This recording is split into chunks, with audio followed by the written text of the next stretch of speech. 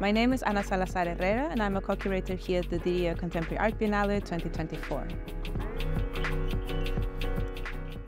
The title of this second edition of the Diriyah Contemporary Art Biennale is After Rain, which we use as a theme for bringing together a number of artists from different regions, local artists, regional artists, artists from other parts of the world. There's also a focus on Southeast Asia.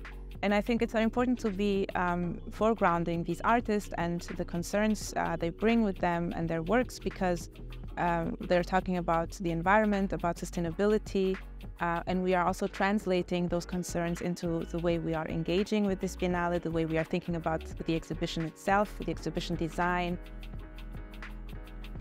A Biennale is also a place where many debates happen, so many artworks come together and create dialogues between each other.